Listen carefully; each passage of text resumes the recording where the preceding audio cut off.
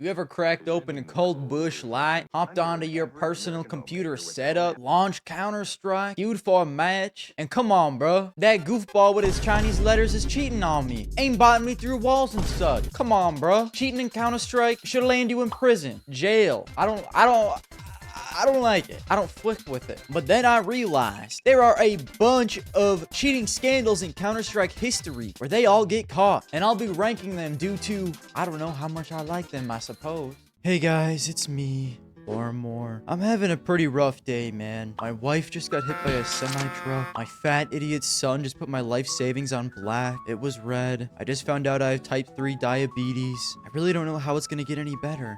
What's this? I can upgrade my knife today? Holy mama! That's more like it. Thank God for Skinswap! Not only did I just get that shiny new knife, but if you head over to Skinswap today, you can get a free item using my code, Garmour. Skinswap is a top-of-the-line marketplace offering competitive rates on Counter-Strike and Rust skins. And with their massive inventory, I'm sure you'll be able to find exactly what you want. Not only that, but if you use my link in the description, you'll get a 40% deposit bonus. Or if you're looking to get out of the skins market, they have an incredibly fast and easy selling feature with a ton of different payout methods. You can sign up for Skinswap with the link in the description. Thank you to them for sponsoring this video.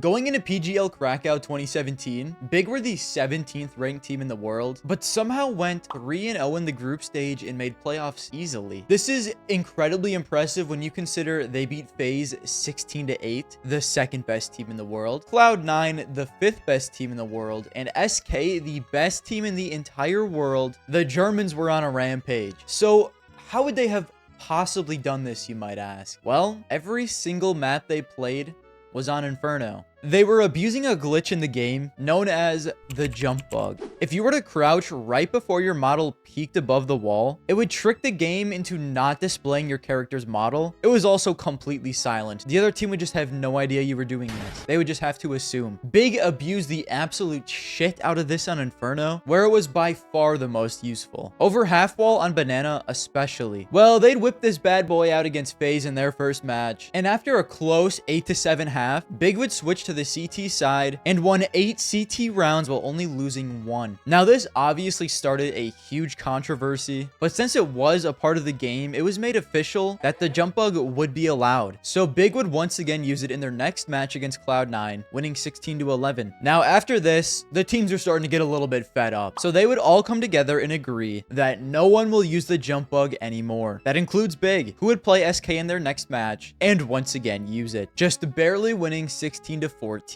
Big would make the playoffs, but lose in the first round to eventual second place team Immortals, where they wouldn't use the jump bug at all and lose Inferno 7-16. I wanted to start out with an easy one like this because it's not technically cheating. It is a bit scandalous, so I thought I'd include it. But, you know, it was a bug in the game. It allowed Big to upset multiple top teams in a major, made everyone mad, said they wouldn't use it again, still used it. Sigma. But since it wasn't really cheating, it was just abusing a bug that was legal, I'll just have to give it a B tier.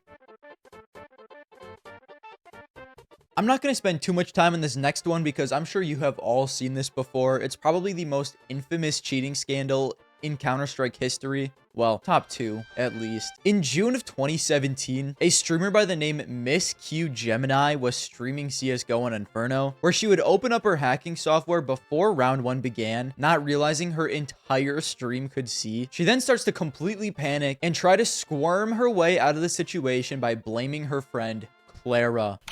Wait, what the fuck?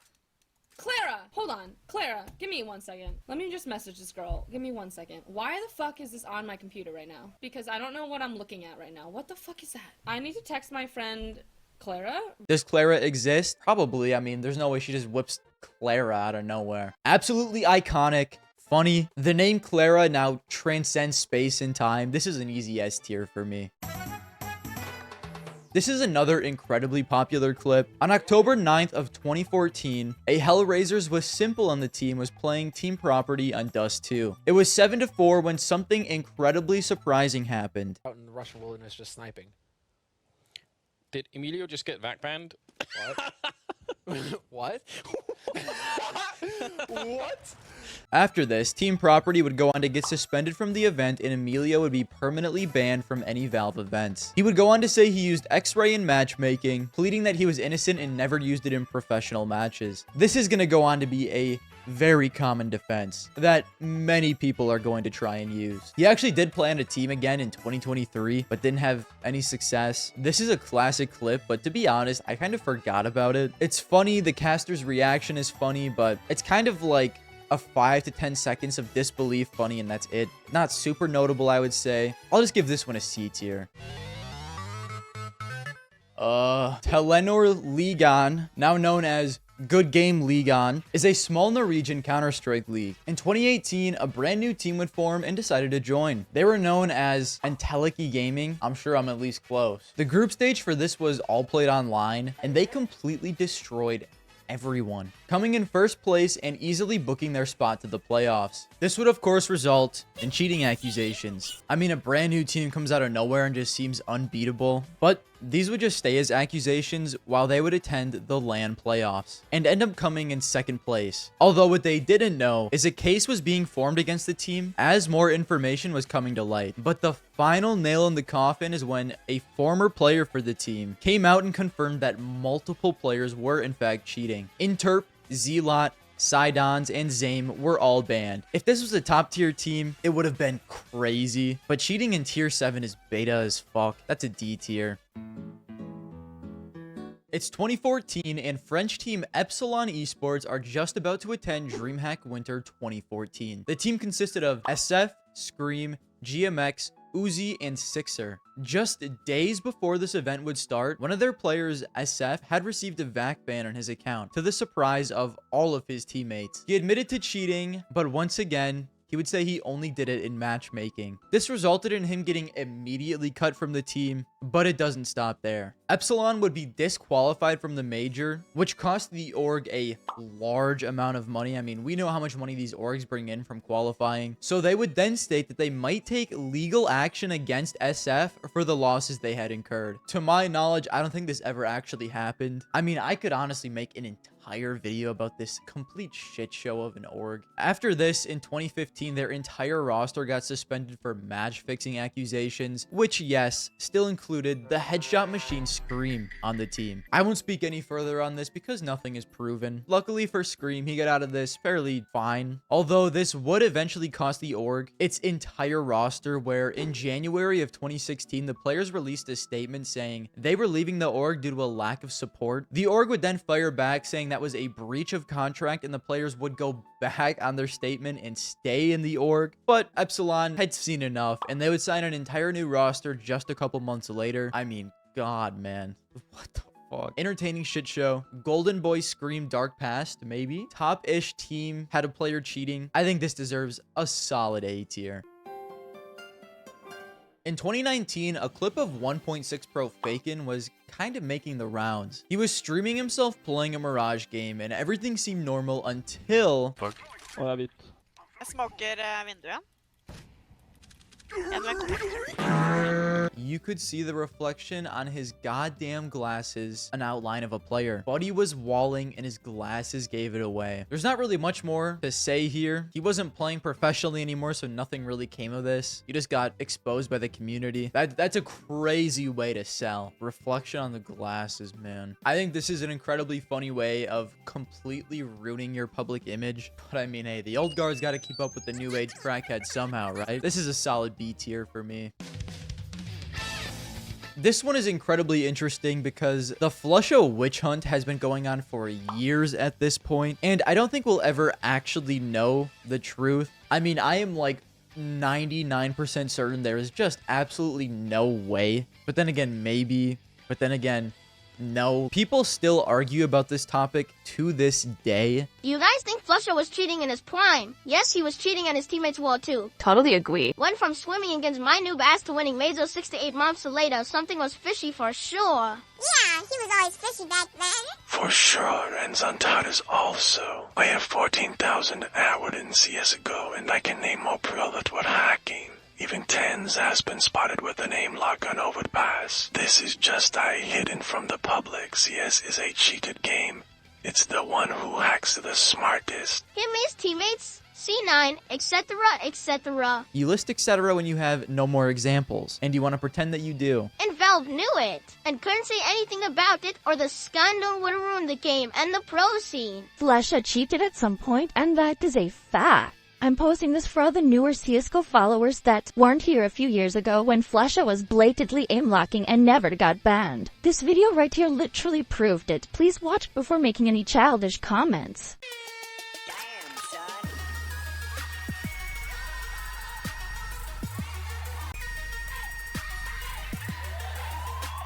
Average Reddit, HLTV users, give me a break. But if we do want to look at both sides of the coin, Flusha and Fnatic did have a meteoric rise in the early stages of CSGO, winning 3 majors and various other tier 1 tournaments. And while you might just say Flusha's 1.17 rating in 2014 was due to him just being a beast, many seem to disagree. And there are some crazy, weird clips of him. I just think there's absolutely no way he was actually cheating. But to this day, it seems that people are still dead set on him being a cheater. Who knows, man? It might just go down as one of Counter-Strike's greatest mysteries. And because of that, I gotta give this an S tier. How can I not?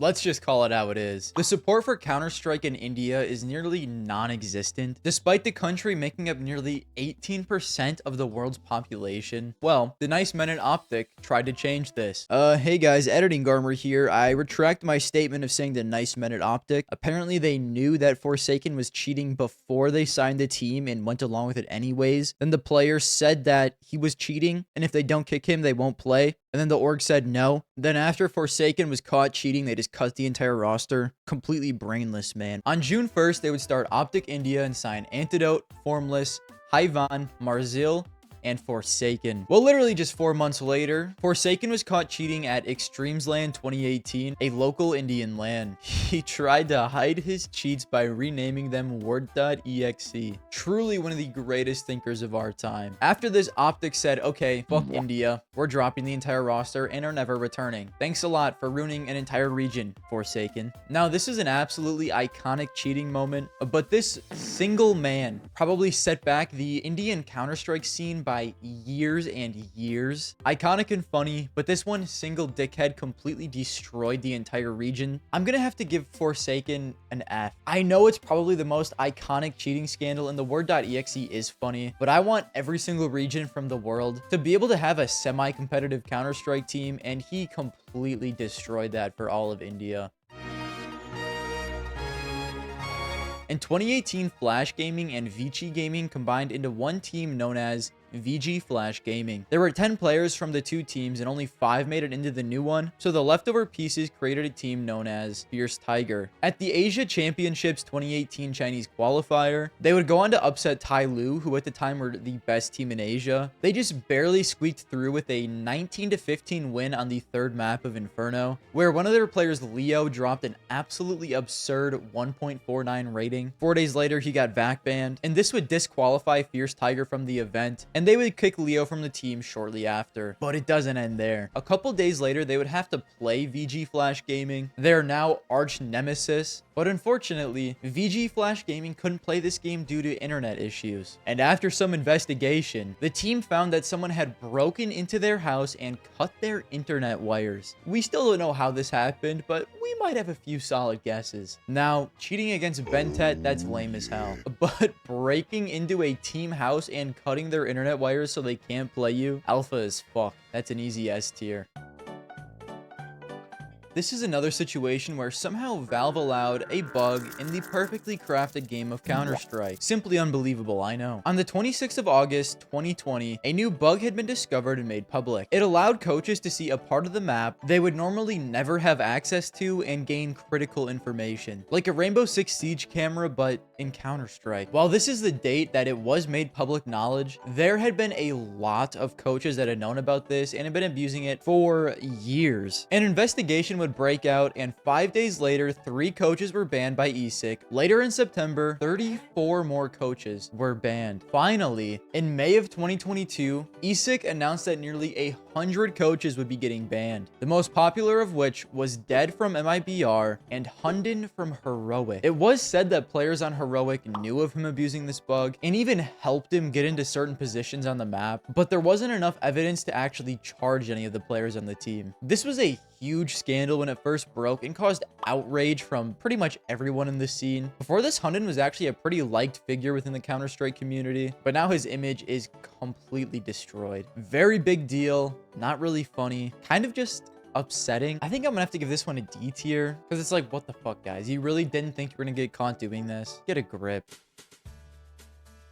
Now, this next one isn't technically cheating, I guess. I mean, unless you count cheating the poor betters, but in 2014, one of the best teams in all of North America, iBuyPower, were playing in a match against Netcode Guides. It was a fairly meaningless game, so before the match, a majority of the players all got together and decided to bet on themselves to lose. They would then go on to do the most obvious throw that I have ever seen. What is he doing? Why did he hesitate so much? Doesn't matter, has the CZ, gets one. After this, rumors of match fixing started circulating, until half a year later, where the Grim Reaper would dig iBuyPower's grave. Richard Lewis would release an article exposing the team for the throw, and Valve would then release a blog post titled Integrity and Fair Play, which announced the permanent ban of Cud, Deborn, Dazed, Steel, Swag, and AZK. Skadoodle was not banned, as he refused to accept any skins after their throw, which was probably one of the greatest decisions of his entire life. I mean, imagine if he accepted, man. North America would be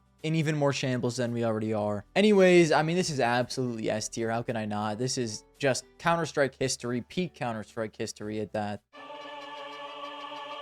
This is probably a situation most of you guys haven't heard about, but it's probably my favorite one of the entire list so far. On February 10th, 2015, Team OnlineBots was playing Imperial Dragons, but before this match, a bettor named Stromberg had approached the team and offered them a bunch of skins to throw the game, and OnlineBots would actually accept this offer and take the skins. Stromberg would then put around $10,000 in skins on Imperial Dragons to win, and the odds for OnlineBots went from around 70% to 35% to win. Then OnlineBots would go on to win the match and call Stromberg out afterwards. Fucking legends. They would go on to make a statement on Reddit, but it has since been deleted, along with the HLTV page and any other page with the match information, which is really strange. I might get hunted down and killed for even talking about this. I don't know. This is obviously an S tier. I mean, are you kidding me? Complete chads.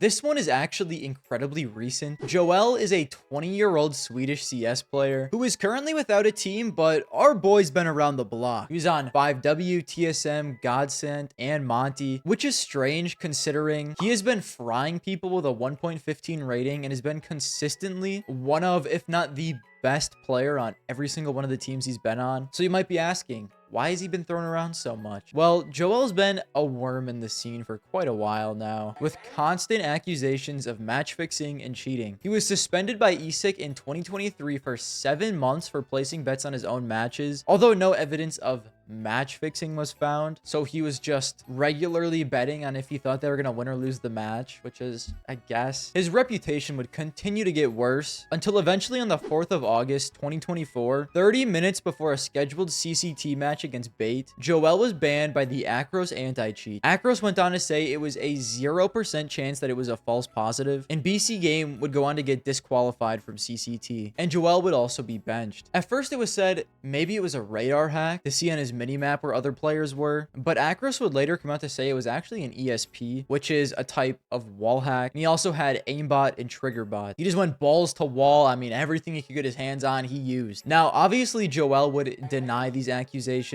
and say, of course, that he never cheated, but I think the worst part of all of this, according to Acros, the cheat that he was using is a public cheat that anyone can just go online and purchase that strictly advertises Akros undetected status. He couldn't even use a private custom-made cheat to try and get around Akros. He just looked up and used a cheat that said it could get around Akros. I mean, he really did not give a fuck. To me, this is just F tier. Not really any cultural impact. Just cheating in tier 2. Putting Counter-Strike legend Guardian, who had just transitioned into being the team's coach, in an awful situation. Situation is just boring and embarrassing.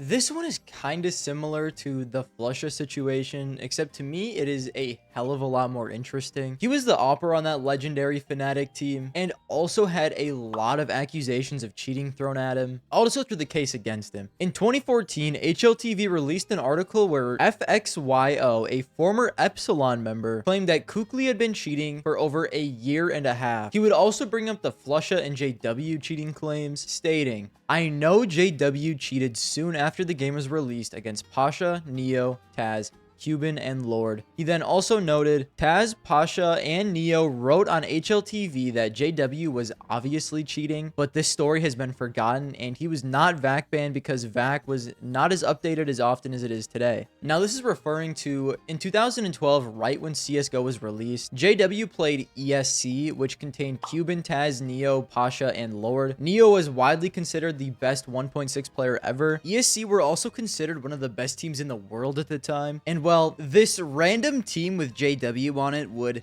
16-0 them, making the members of ESC quite upset. I don't even care. Give me your demos. If you hacks, I will find you. ESC would go on to post on Facebook stating that the team was absolutely cheating. They were sure of it. They would also go on to beat NIP right before their 87-0 win streak. They would also accuse JW's team of cheating and both file a protest with the tournament organizer. It's a little different when you have legends of the game who have been playing for years calling you out for cheating than Reddit and HLTV forums with Flusha, but it gets even weirder. JW's teammate Zelos would actually go on to get an ESL ban for cheating. His other teammate at the time was Emilio, who we already talked about. The members of ESC were right. The team was cheating, but was JW. After JW's team had won the games against ESC and NIP, he would go on to stream. Then some people in his chat asked JW to search Organer in his PC files. He would end up doing this, and a search result that seemingly contained to be the order confirmation of cheating software popped up. Then immediately after the stream, he would go on to delete the VOD. Now, after that happened, JW's team would go on to get disqualified from the tournament they were playing in. I'm not gonna lie to you guys, I thought this would just be an insane witch hunt like Flusha, but there's actually some incredibly suspicious evidence to supplement this one. I think I have to give this an A because it's incredibly interesting, and I had no idea about most of this before researching into it. So while I don't think JW cheated his way into major wins, there may be a very real chance that he was cheating in the early days of CSGO.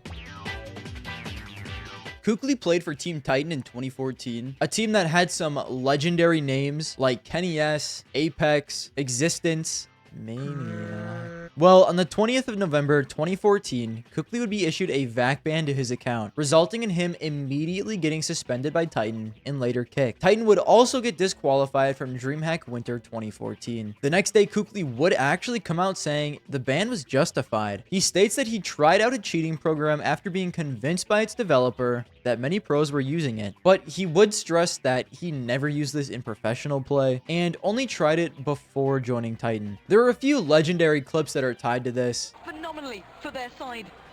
Can't believe what I'm witnessing right here. Wow. Get out of here. KQLY VAC banned.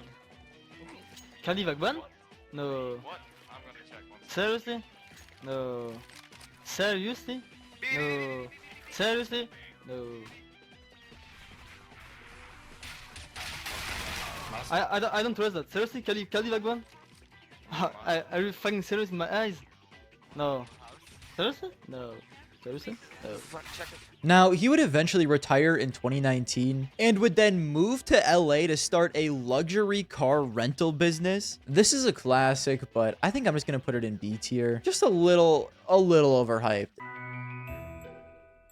This is another instance of not really cheating, but just of abusing a bug in the game. And this is probably the most legendary bug abuse in Counter-Strike history. DreamHack Winter 2014 playoffs were starting, and the two favorites for the event, Fnatic and Team LDLC, would face off in the quarters. It of course came down to a map 3 decider on Overpass, where LDLC took a huge 13-3 lead, until Fnatic revealed their trump card. They would boost Olof with a scout in CT spawn, which allowed him to see a huge part of the map. This would help Fnatic win that eco round, along with 12 more rounds in a row, to eventually win the game 16-13. Anytime LDLC tried to take water control, they were just getting decimated, and they had no idea where it was coming from. After the game, LDLC and the community were kind of outraged, and LDLC would go on to file a complaint against pixel walking. DreamHack decided that the second half would be replayed, but Fnatic would counter this, saying that LDLC also broke the rules with their own boost. But Fnatic ended up getting overwhelmed by hate from the community, so they just decided to forfeit the match. LDLC would then go on to win the entire event. This is clearly an S tier. How can I not? This is not the kind of cheating that you think it is. M80 player Swisher was dating a female pro player by, I'm not gonna actually say her name, she gets enough hate as is. The female player and Swisher had been dating for around 2 years until she would travel to Katowice for the female Kato tournament. And at the time, heroic player Stavn would also be in Kato. She would cheat on Swisher with him. They would of course break up, and she's now dating tier 3 rifler Stavn, who is soon to be on bankrupt org Astralis. Also, after this, she got kicked from her female team. I'm putting this in F. Believe it or not, there was actually a time where there was a Stewie 2K witch hunt, and it produced this legendary video. Hello everyone, and welcome to my Stewie 2K video. This one, in my opinion, is one of the worst ones I'm going to go over in this video. As you can see, it's the same pattern. He locks onto the enemy, then starts doing his weird fucking shake. This one's right on, crisp, clean lock, boys. When this first dropped, it was huge. Not because everyone thought Stewie was cheating, but because everyone ganged together to bully Dan M. Just an absolutely magical time for Counter-Strike. An easy A tier for me. This is the most recent of every single one I'm going to talk about. Astralis have been dog shit for, well, years now. After having one of the greatest dynasties ever, they failed to make the past 4 majors. They've gone through various rosters and players, scapegoating and cutting a majority of them, the most recent of which was Bro, a young and talented Danish player that originally was on their academy team, but would go on to have great success in Monty, reaching number 6 in the world. After getting picked up by the Astralis main team in February of 2024, he would end up getting replaced by Katie in just 7 months later. One issue though, Blast Premier Fall Finals started in 8 days, and Astralis had already submitted their roster lock with Bro. To get around this, they would tell Blast that Bro was unfit to play, along with their coach, and that they would need Cadian as an emergency sub. Blast would allow this, saying they had no reason to doubt Astralis' claims, except Bro's manager came out and said he was literally fine. And while this tournament was going on, Bro would even go on to trial for Ent. Anyone with a brain could see Astralis' claim was complete bullshit, and it caused most of the other team's IGLs to protest and skip media day. ESIC would also launch an investigation into this, but all that would happen is a $15,000 fine and a forfeiture of their $10,000 in prize money. ESIC is useless. I'm giving this a D tier. It's not really funny. I mean, besides Astralis coming in last place and getting 13-0'd, for the most part, it's just annoying.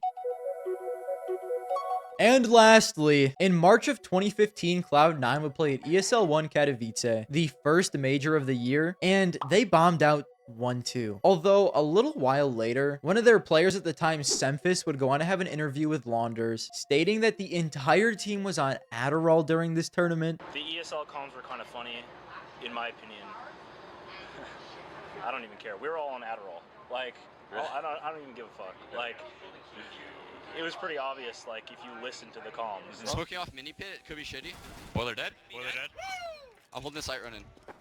Nah, let's fucking go. Let's fucking go. It becomes pretty obvious. I mean, these dudes were cracked the fuck out. This would in turn make ESL partner up with the NADA, which is good, I guess, so more players couldn't take Adderall when playing. I'll give this one a B tier. If you guys are going to be taking Adderall at a major, at least make the playoffs. I mean, come on, guys. How we feel about these final placements, eh, guys? Hello, it's me. End of editing the video, Garmour. I just want this video to be a warning to anyone who thinks about doing something shady in the Counter-Strike scene again. Senator Garmour will come after you. I'm not letting this slide anymore. And as a great man once said, if you hacks, I will find you.